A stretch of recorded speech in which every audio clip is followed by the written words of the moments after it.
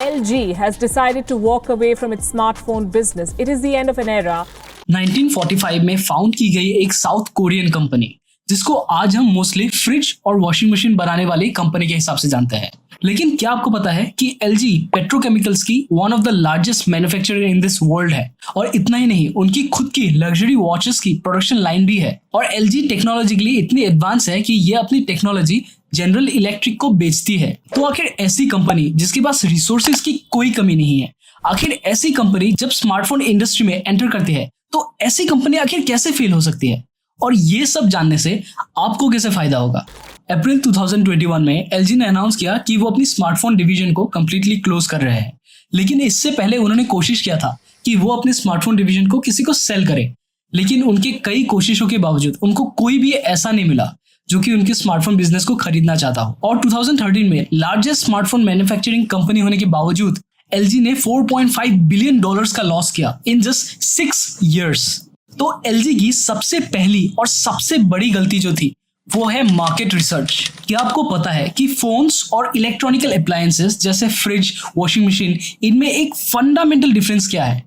Phones आती है luxury category में, लेकिन फ्रिज, वॉशिंग मशीन ये सब आती है नेसेसिटीज की कैटेगरी में। और ये जो नेसेसिटीज की कैटेगरी में आते हैं जैसे फ्रिज, वॉशिंग मशीन, ये रेगुलरली और इजीली चेंज नहीं होते हैं। लेकिन फोन्स एक ऐसी चीज है जो लोग अक्सर चेंज करते रहते हैं। तो क्योंकि LG के पास इस इलेक्ट्रॉनिक मार्केट की सबसे ज्यादा एक्सपीरियंस थी, उन्होंने उसी एरिया के माइंडसेट को सेम फोन बिजनेस में अप्लाई किया। उनका जो माइंडसेट था इन इलेक्ट्रॉनिकल बिजनेस कि ये एक नेसेसिटी गुड्स है और उन्होंने उसको जिससे ट्रीट किया, सेम चीज को उन्होंने स्मार्टफोन बिजनेस में भी अप्लाई किया। और इसी पहली गलती की वजह से उन्होंने अपनी दूसरी गलती जो कि थी उनकी मार्केटिंग, ये की। अगर आपको मार्केट रिसर्च के बारे में और जानना है तो आप यहाँ पे क्लिक करके मार्केट रिसर्च के बारे में जान सकते हैं। तो अब आते हैं LG की दूसरी गलती पर जो कि थी मार्केटिंग।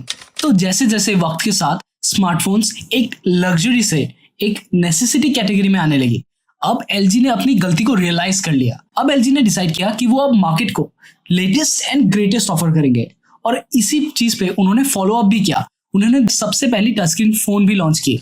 वो फर्स्ट थे जो कि कर्व डिस्प्ले को मार्केट में लाए थे। लेकिन मार्केट में एक प्रोडक्ट को सक्सेसफुल करने के लिए सिर्फ नया या फिर कोई लेटेस्ट टेक्नोलॉजी ही ऑफर करना जरूरी नहीं है, बल्कि उसके साथ एक प्रोडक्ट का एक्सेप्शनल पोजीशनिंग भी होना बहुत ज्यादा जरूरी है। भले ही किसी को लेटेस्ट आईफोन ना लेना हो, उनको आईफोन में कोई इंटरेस्ट नहीं है, लेकिन अगर आप उस इंसान से पूछते हैं तो उस इंसान को फॉर श्योर नया आईफोन मार्केट में कौन सा लॉन्च हुआ है, उसके फीचर्स क्या है, उसके बारे में कुछ ना कुछ आइडिया होता ही है।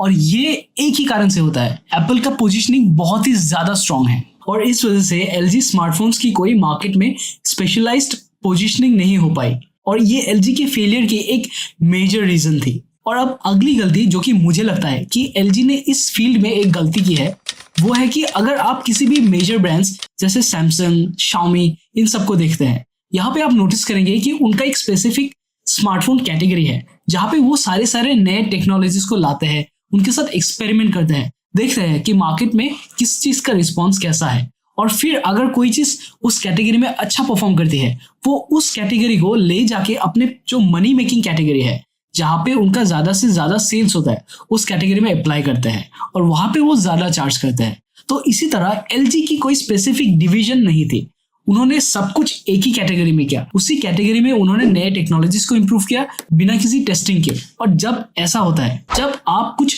नया इंट्रोड्यूस करते हो, उसमें गलती होना लाजमी है, उसमें कुछ ना कुछ प्रॉब्लम्स होंगे, और ऐसा ही हुआ LG के साथ। LG के प्रोडक्ट्स में कई सारे battery issues, screen issues, camera lens issues, ऐसे कई सारे इश्यूज आए। इस वजह से मार्केट में LG के मोबाइल फोन्स में जो ट्रस्ट थी या फिर रिलायबिलिटी फैक्टर थी वो खत्म हो चुकी थी। और मार्केटिंग में नहीं बल्कि इन जनरल भी एक बहुत ही इंपॉर्टेंट टर्म है, first impression is the last impression. हम एज ह्यूमंस किसी भी चीज को लेके पहले ही इंप्रेशन में उसके अकॉर्डिंग, उसके अराउंड कुछ ना कुछ एज्यूम कर लेते हैं, और हम एज ह्यूमंस उस एजम्पशन को बाद में चेंज करने में बहुत ज्यादा स्ट्रगल करते हैं।